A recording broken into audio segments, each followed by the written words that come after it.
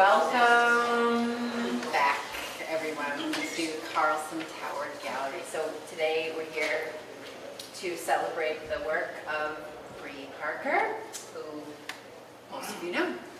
So Bree has always been such a great student to have around. I think your keen observations in class about particularly highlight your skills as an educator, right?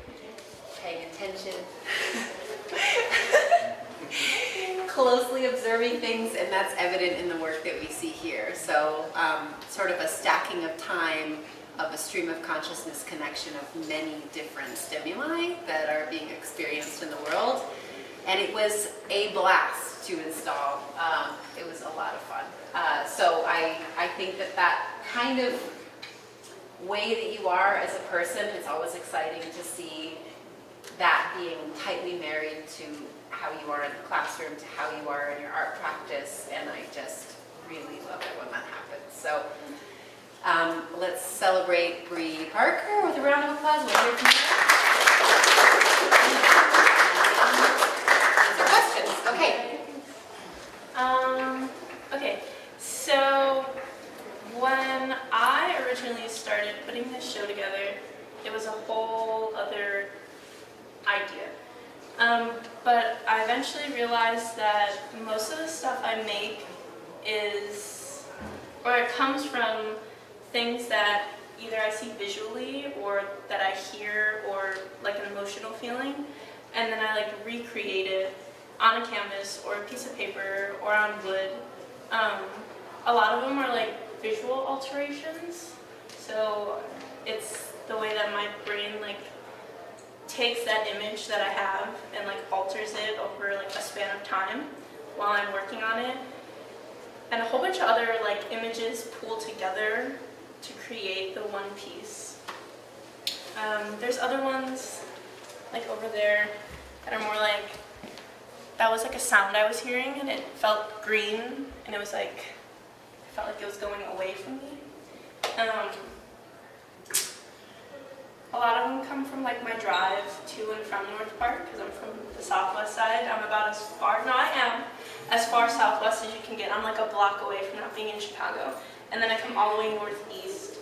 So there was a lot of things that I like hyper-focused on or like obsessed about on my drive here and there. And then just things around campus or in the classroom with my students. And I guess I try to use this process with my students as well and tell them like, hey, be as creative as you want. Here's like our subject matter. Here's like the art movement or the artists that we're looking at. Use this as like a base, but I want you to create and go crazy with your creative mind.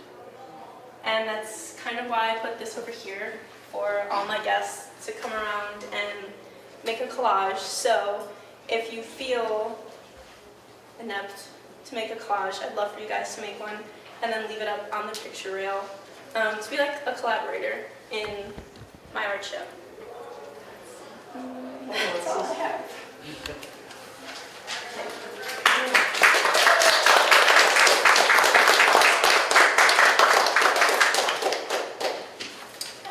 You talked a little bit about how you encourage your students to work. And I have always thought of the, especially like the sort of collage and tactile components of your work as really being about play and exploration. And I have heard you talk about it in that way before. I wonder if you want to say anything about that, like play or exploration as a philosophy of teaching.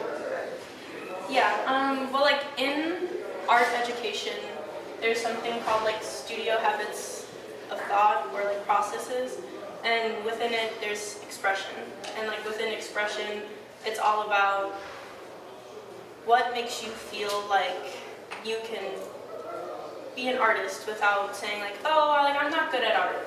But there's something that everybody is good at artistically. It's just you have to find your way and what is that, and just being able to like fit that into any project for my students is something that I like to do, even if it's painting, but they're really into like using their hands. Okay, can we tear your canvas a little bit? Can we take paint and make it like a pile, and can you like swirl it around with your fingers? Was that like your question? Like, how do I put that in there? Okay, yeah. Yeah. Sure. What school do you teach at? What school do you teach at? I did my student teaching at Hubbard on the southwest side of Chicago. Oh, I see. It was a high school. Yeah. Can you talk a little bit about how you use older artworks that you've made in the past and turn them into new things and reiterate them? Yeah. Well, all this stuff at least comes from within like the past year. So like fall of 2022 until like Saturday morning. Yeah. During installation. But a lot of times I'm not happy with like leaving something and being like, okay, it's done forever. This is how it's gonna stay. That's it. I change things often. I don't leave it alone. I'm always like, what else can I do to it? How else can I change it? It's boring to me now. I'm over it. Like, I want to make it something different. And that was kind of the idea with these. A lot of them I felt like it needed more, but I didn't know what it was. And so we had the idea that since I like to do a lot of like collagey things, something like this right here, that it could be fun to like take different pieces or fabric and match them up. And then throughout the week, maybe I'll change it up, or I have other stuff in a closet hidden away that maybe I'll bring in and take something out, just to give it a different feel and not feel like it's set in stone.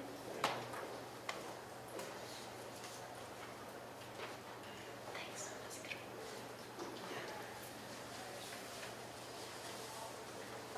Is that all the questions? Good? Okay, yeah, go ahead. What's the name of the art piece behind you? What's it called? That one? Yeah. Time lapse. What was your inspiration?